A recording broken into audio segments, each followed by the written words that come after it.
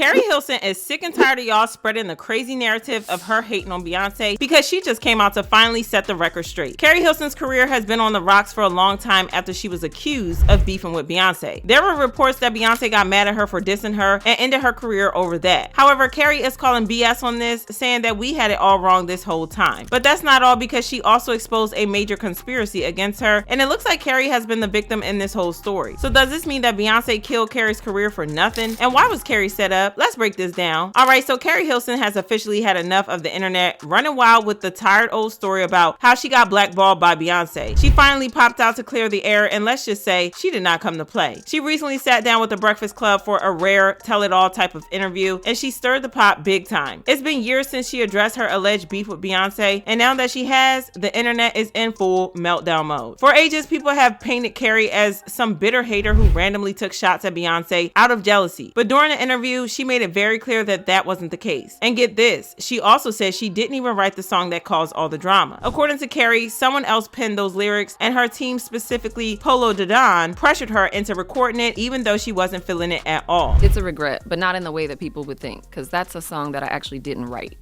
Those are not my words. I was on tour. Polo wanted me to do a remix to Turning Me On. Mm-hmm. He had produced the record, and another writer in our camp at the time, he had her write this. So he played it for me, like, this is the remix, because I'm thinking I'm coming in to go write a remix to Turning Me On. Like, The whole time I had been writing concepts, like, what would I say? How do I even remix this? Like, what do I want to? So I had lines, and I had, things that I would have said, but I come into the studio and he plays me this verse, and I'm like, automatically, I'm like, I'm not saying that. Mm-hmm. She even said that she tried to rewrite her verse for the remix to avoid the drama, but Polo Didon was not having it. According to Keri, he straight up threatened to end her career on the spot if she didn't stick to the original lyrics and do what she was told. She was basically put in a lose-lose situation from the jump. I began writing my own. That's what I did with my time there, but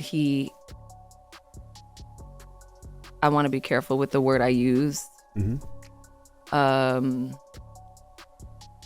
It was quite forceful, you know what I mean? In an executive artist way? Yeah, in an executive artist way only. Mm-hmm. Involving others and kind of threatening my career in a sense, in a real sense. Like, you're not coming, because my album wasn't out yet. Mm-hmm. So it was like, you're not coming out if you don't do this. And the mistake that I made was not continuing to fight, but I was in tears. I was crying. I was adamant that I did not want to do that. And for people that don't know, you were signed to Polo. I was signed to Polo and Timbaland. Correct. Yep, in a joint venture at Interscope Records. Yep. And I was young. I was super young. I felt I had no power. I felt I had no choice. Just when you think it couldn't get messier, Keri revealed that Polo straight up played her. After she spent days begging him not to release the song, he finally gave in and agreed not to do it. But the next thing she knew, the song was out in the streets because he leaked it himself, on purpose, like he really went behind her back and made sure that track was released anyway. He remembers more because he was there. Wow. He remembers more. Was it days after when it leaked? It leaked like days after I did it, but he promised me that wouldn't happen, so it leaked. And that was that. And I protected him. I protected the girl that wrote it, who went on to become famous. I protected everyone in the story. So I had to eat that. And I am still eating it to this day, because I'm getting asked about that however many years, 16, 17 years later. Mm-hmm. It's like I've worn the scarlet letter, really.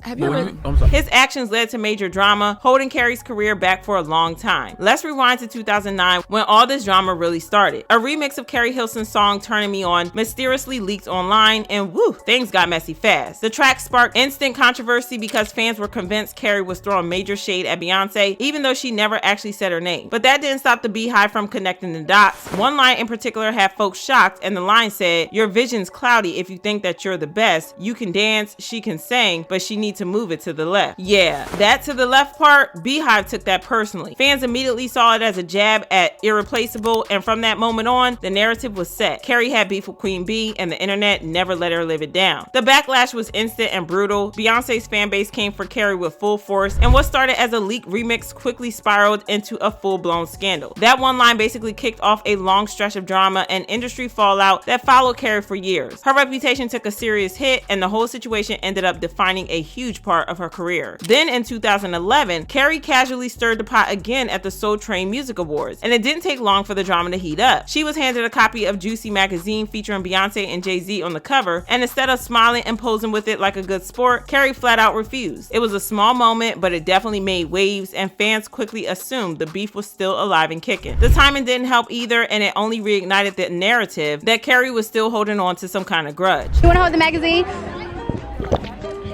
Just shout out Juicy Mag. Even though Beyonce never publicly commented on the situation or directly called out Keri, the gossip machine went into overdrive. There were whispers that Beyonce was quietly pulling strings behind the scenes to halt Keri's career. Industry rumors suggested that opportunities for Keri were being quietly shut down, and doors she might have been hoping to walk through just seemed to close one by one. It was all happening out of the public eye, but the rumors kept spreading nonetheless. Meanwhile, the Beehive wasn't waiting on any green light. They went all in, dragging Keri online with nonstop hate, and in some cases even running up on her in person. She eventually cracked and she went off on the Beehive, asking them to leave her alone. She tweeted, "You have no idea what your hateful words could do to someone's spirit. Years of verbal abuse from strangers all day long. Enough is enough." Keri kept insisting she wasn't throwing shade at anyone directly, but she definitely wasn't playing completely innocent either. While she never dropped names, Keri did throw out a few hints that suggested there was more to the story than what people knew. She never came right out and said it, but she kind of implied that something behind the scenes had gone down, which might have pushed her to react the way she did at the Soul Train Award. The way Keri worded things left a lot of room for interpretation, and of course fans couldn't help but wonder if there was some behind the scenes drama with Beyonce that had rubbed Keri the wrong way. It was subtle, like really subtle, but it was enough to keep the rumors swirling and add more fuel to the fire. In another post, she said, "It's too much. Please, is everything I tweet going to be intentionally misinterpreted as a statement about someone or drama I know nothing about? You have no idea what your hateful words could do to someone's spirit. Years of verbal abuse from strangers all day long. Enough is enough. I'm here for my fans. I'm stronger than you imagine, but waking up, going to bed to your ugliness is just too much. I get it, okay? You can stop now. As far as whatever you're really mad about, I have my reasons. It's been years. Just chalk it up to your ignorance of my reality and let it go. As for my mistakes, God has dealt with me." The attacks on Keri continued to escalate. Keri later revealed that some of Beyonce's fans took it to the streets, literally. She shared that there were times when people would throw Beyonce CDs at her while she was just walking outside. She tweeted, "It's one thing to attack me on Twitter, but it's disrespectful to have the bravery and audacity to throw Beyonce albums at me when I'm on the street." So yeah, Keri went through a lot, and for a long time, she chose to stay silent even though she was innocent. Well, once she finally told her side of the story, fans did their thing and dug out the identity of the person who wrote the song. It's a woman named Esther Dean, a popular songwriter who has written songs for multiple artists in the industry. The crazy thing is that Esther has sat back for all this time while Keri got dragged and has never said anything to defend her, even though she knew Keri was innocent. In fact, she seems to be quite proud of her work and bragged about it. A fan wrote, "The writer was definitely Esther Dean," and Esther flexed saying, "And it was a hit." She got dragged over this, and she eventually issued some sort of apology to Keri, saying, "I submitted a lot of verses for that remix. One got picked and it was co-written with Keri. Looking back, it was childish and didn't age well. I see how it hurt people, especially women, and I take full accountability. I've worked with and supported many women since, but that doesn't erase the moment. I'm sorry for my part in it. Growth is real, and so is this apology." However, Keri was not willing to accept the apology, and she clapped back at Esther. She wrote, "You used the word co-wrote. I rewrote 3 lines in your verse, which was the only battle I won in the whole matter. But you weren't there when all this was going down, and we didn't write it together. Because not only did I strongly disagree with the unnecessary hateful sentiments towards other women, and I've never been a fan of the publicity stunt method, you chose to stay quiet for 16 years, but coming out now when you felt a portion of the heat I've gotten all this time." Keri is big mad over this, and honestly, who can blame her? She has spent the majority of her career being blamed and blackballed for something she didn't do, and even tried to fight against. Yeah, anyone would be salty over this. Anywho, I want to know how y'all feel about Keri being wrongly blamed. Drop your thoughts in the comments and then check out this next video.